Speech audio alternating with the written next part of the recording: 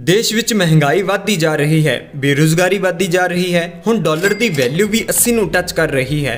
ना कोई देश का विकास, ना कोई नौकरी, ना कोई मैडिकल सुविधा, ना कोई खाण पीण की सुविधा, उत्तों हर दिन नवे टैक्स। हुण तां यह गल समझ तो परे हुंदी जा रही है कि साडे देश विच आखिरकार हो की रहा है। रुपए की वैल्यू घट होण नाल अरबपतियां तो लैके आम नागरिक हर कोई इफेक्ट हुंदा है। तुसी पिछले कुछ दिनों तो सुनिया होवेगा कि डॉलर की वैल्यू 80 पहुंच गई है। इसकी इन्नी चर्चा क्यों है? रुपए की वैल्यू वधदी घटदी क्यों है ते इस नाल की एक आम नागरिक नूं भी नुकसान हुंदा है? आइए जानते हाँ। 1947 विच 3 रुपए का एक डॉलर आउंदा सी, जो हुण 80 रुपए का हो गया है। यानी एक डॉलर की वैल्यू भारतीय करंसी के हिसाब नाल 80 रुपए हो गई है। आइए सब तो पहला जानते हाँ कि रुपए के मजबूत होने अते कमजोर होने का की मतलब है। जदों सानू किसी दूजे देश की करंसी खरीदण विच ज़्यादा पैसे देने पैंदे ने तां मन्निया जांदा है कि साडी करंसी कमजोर है, ते उसे करंसी नूं खरीदण विच सानू घट पैसे देने पैंदे ने तां मन्निया जांदा है कि साडी करंसी मजबूत है।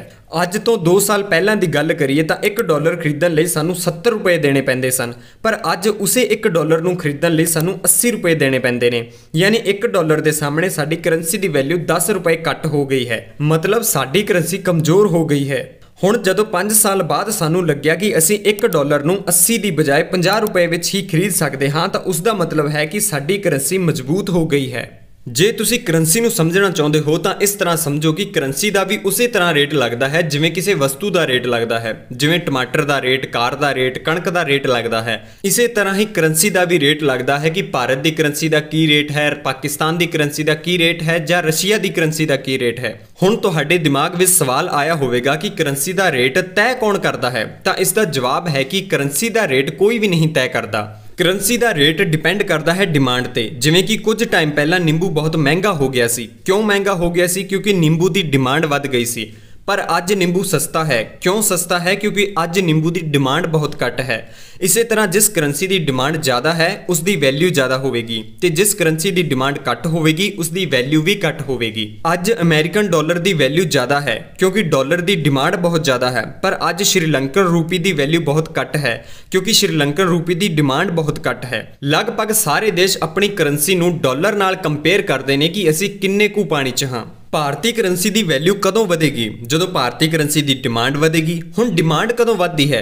आइए जानते हाँ। सब तो पहला है टूरिज्म। मान लो कोई बंदा अमेरिका तो इंडिया आया या दुनिया के किसी भी देश तो आया तो उसने घूमना है ताजमहल। ताजमहल घूमण लई उसनूं अपनी करंसी नूं कन्वर्ट करना पएगा इंडियन करंसी विच, फिर जाके वह ताजमहल देख सकेगा। भारत के बाजारां विचों भारतीय करंसी नाल चीज़ां खरीद सकेगा। जिन्ने ज़्यादा बाहरले लोग इंडिया घूमण आउणगे उन्ना ज़्यादा भारतीय करंसी की डिमांड होगी। जदों डिमांड वधेगी करंसी मजबूत होगी। यही सेम चीज़ हुंदी है एक्सपोर्ट करन ते। जदों भारत कणक, चावल, मसाले, चाह आदि कुछ एक्सपोर्ट करता है दूजे देशों नूं तां भारतीय करंसी की डिमांड वधदी है। जदों असीं अमेरिका तो आईफोन इंपोर्ट करते हाँ तां सानूं भारतीय करंसी तो पहला अमेरिकन डॉलर खरीदना पैंदा है, फिर डॉलर विच आईफोन की पेमेंट हुंदी है तां किते जाके सानूं आईफोन मिलता है। उसी तरह ही जदों कोई देश भारत तो मसाले खरीदेगा तां पहला उसनूं भारतीय करंसी खरीदनी पवेगी, फिर रूपी विच पैसे चुकाने पैणगे। जिन्ना ज़्यादा भारत एक्सपोर्ट करेगा उन्ना ज़्यादा भारतीय करंसी की डिमांड वधेगी। इसी तरह ही स्टॉक मार्केट काम करती है। साडे स्टॉक मार्केट जिन्ने ज़्यादा स्ट्रॉन्ग होणगे उन्ने ज़्यादा बाहरले इन्वेस्टर भारत विच इन्वेस्ट करनगे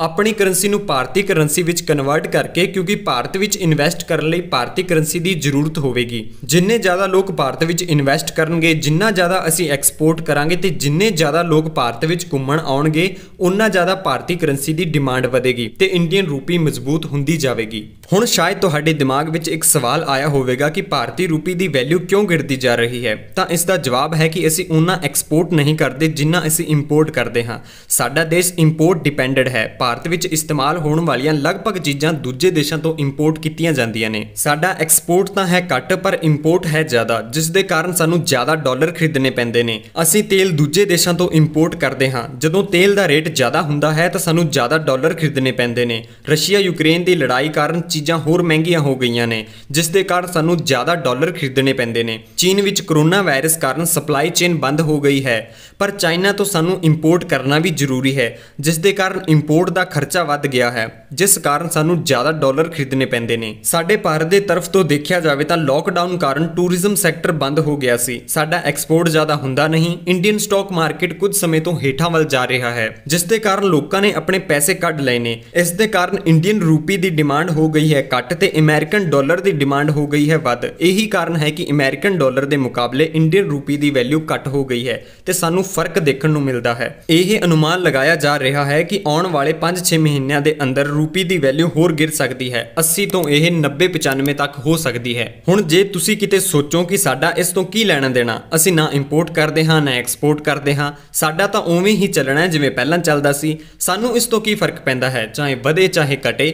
ਤਾਂ ਦੋਸਤੋ ਸਾਨੂੰ ਵੀ ਫਰਕ ਪੈਂਦਾ ਹੈ। ਜਦੋਂ ਵੀ ਇੰਡੀਅਨ ਰੂਪੀ ਦੀ ਵੈਲਿਊ ਘੱਟ ਹੋਵੇਗੀ ਤਾਂ ਜੋ ਵੀ ਐਕਸਪੋਰਟ ਹੋਵੇਗਾ ਤਾਂ ਸਾਨੂੰ ਫਾਇਦਾ ਹੋਵੇਗਾ, ਪਰ ਉਸੇ ਹੀ ਟਾਈਮ ਜਦੋਂ ਵੀ ਕੋਈ ਚੀਜ਼ ਇੰਪੋਰਟ ਹੋਵੇਗੀ ਤਾਂ ਸਾਨੂੰ ਘਾਟਾ ਪਵੇਗਾ। ਉਦਾਹਰਨ ਲਈ ਤੇਲ ਦੀ ਗੱਲ ਕਰਦੇ ਹਾਂ, ਜਦੋਂ ਜ਼ਿਆਦਾ ਮਹਿੰਗਾ ਤੇਲ ਦੂਜੇ ਦੇਸ਼ਾਂ ਤੋਂ ਖਰੀਦਿਆ ਜਾਵੇਗਾ ਤਾਂ ਉਹੀ ਮਹਿੰਗਾ ਤੇਲ ਸਾਨੂੰ ਵੇਚਿਆ ਜਾਵੇਗਾ। ਤੁਸੀਂ ਅੱਜ ਪੈਟਰੋਲ ਅਤੇ ਡੀਜ਼ਲ ਦਾ ਰੇਟ ਦੇਖ ਸਕਦੇ ਹੋ, ਤਾਂ ਰੂਪੀ ਦੀ ਵੈਲਿਊ ਗਿਰਨ ਨਾਲ ਸਾਨੂੰ ਵੀ ਫਰਕ ਪੈਂਦਾ ਹੈ। ਹੁਣ ਜੇ ਤੁਸੀਂ ਸੋਚੋ ਕਿ ਕੀ ਸਰਕਾਰ ਇਸ ਵਿੱਚ ਕੁਝ ਕਰ ਸਕਦੀ ਹੈ, ਤਾਂ ਹਾਂ ਜ਼ਰੂਰ ਕਰ ਸਕਦੀ ਹੈ। ਸਰਕਾਰ ਸਵਦੇਸ਼ੀ ਚੀਜ਼ਾਂ ਬਣਾਉਣ ਤੇ ਫੋਕਸ ਕਰ ਸਕਦੀ ਹੈ, ਐਕਸਪੋਰਟ ਜ਼ਿਆਦਾ ਕਰ ਸਕਦੀ ਹੈ, ਉਤਪਾਦਨ ਜ਼ਿਆਦਾ ਕਰ ਸਕਦੀ ਹੈ।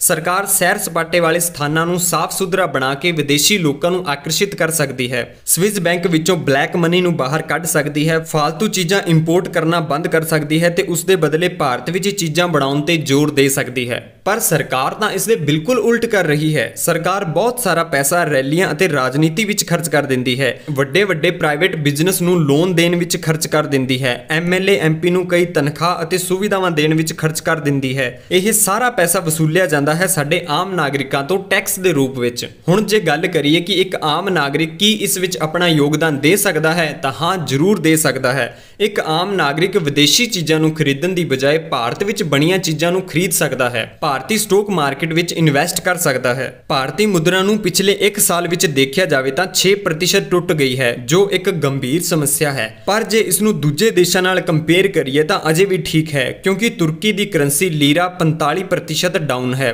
ਜਾਪਾਨ ਦੀ ਕਰੰਸੀ ਜੋ ਮਜ਼ਬੂਤ ਕਰੰਸੀ ਹੈ 16% ਡਾਊਨ ਹੈ, ਯੂਰੋ 13% ਡਾਊਨ ਹੈ, ਬ੍ਰਿਟਿਸ਼ ਦਾ ਪਾਉਂਡ 13% ਡਾਊਨ ਹੈ। ਯੂਰੋ ਜੋ ਹਮੇਸ਼ਾ ਡਾਲਰ ਤੋਂ ਉੱਤੇ ਰਹਿੰਦਾ ਸੀ ਪਹਿਲੀ ਵਾਰ ਡਾਲਰ ਤੋਂ ਹੇਠਾਂ ਹੋਇਆ ਹੈ। ਇਹ ਕ੍ਰਾਈਸਿਸ ਭਾਰਤ ਵਿੱਚ ਹੀ ਨਹੀਂ ਪੂਰੀ ਦੁਨੀਆ ਵਿੱਚ ਹੋਇਆ ਹੈ।